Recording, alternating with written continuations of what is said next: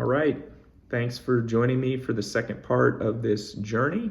No script here, just kind of going off the cuff. I wanted to fill everybody in on how the last couple nights have gone.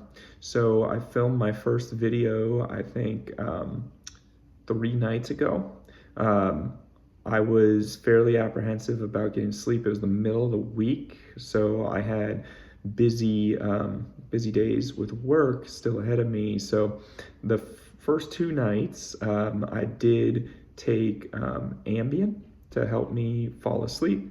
But last night, I do have a fairly strong desire to make sure that I don't become dependent on something else again. So if you recall back from part one, I really had built a dependence on Benadryl-like drug, ZzzQuil, that you could get over the counter to fall asleep and to stay asleep and put my mind at ease.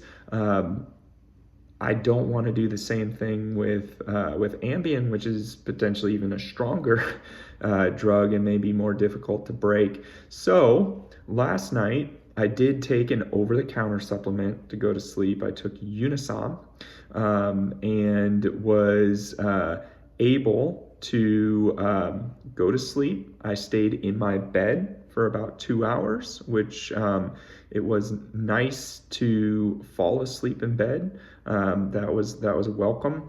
I did end up struggling to fall back asleep in my bed, so I got out of my bed and went to my couch and actually fell asleep pretty fast on my couch. And there I was in and out of sleep a couple times, but generally slept on the couch last night and got pretty decent sleep, almost 8 hours in total last night. Now again, that is over-the-counter assisted, and I want to get to a place where two things. One, I very rarely ever would need any over-the-counter assistance or supplement assistance to sleep. And two, I want to get my mind quiet to a place where I can stay in my own bed for the entirety of the night.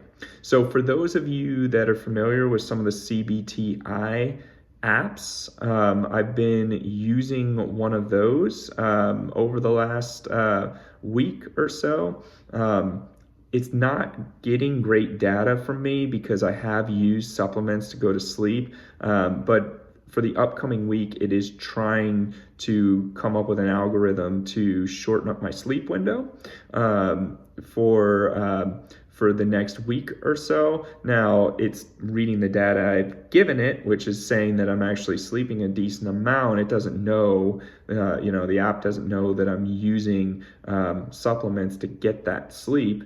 So it tried to shorten me to about a 7 3/4 hour sleeping window. I'm going to go ahead and do that rather than tighten it anymore because I do have an appointment with an actual CBTI specialist psychologist on Monday the 20th, and I want to have any sort of official protocol by an actual medical professional prescribed to me. So I'm not going to really change much. I think what's been helpful about the app is some of the mindfulness techniques that it has suggested.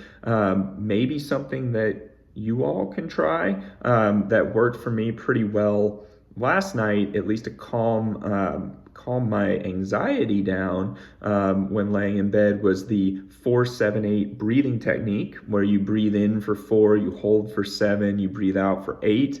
That was very effective. And I put on a Sleepy Stories podcast where they were funny enough going over like an herbology type book from the 1600s, read at a very monotonous, slow, monotone voice. It was very sleep inducing, and I may try that again tonight. That actually seemed to work really well to get me to sleep. So there's a couple tips and tricks maybe to try if you're struggling. I'm on this I'm on this journey for the long haul. I don't expect to be perfect. I do have a busy work life, a busy family life. So, during the week, it is difficult for me to be perfect right now, and I have resorted to aids, but I am very serious about making sure that I don't get dependent on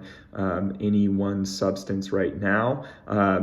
Even though I've been taking different substances. So, that's a dependency in its own right, and something that I'm going to need to tackle on a go forward. But yeah, so far, so good. And one of the things that I can say is that my anxiety over going to sleep has been starting to fall a little bit, partially because I'm starting to accept that this is, the new reality for me. I've had sleeping problems for years and years and years, and band-aided it with over-the-counter medications to get to sleep. But I have had kind of deep anxiety around sleep for years. So I'm finally, after about 7 or 8 weeks now of really struggling, I'm finally starting to accept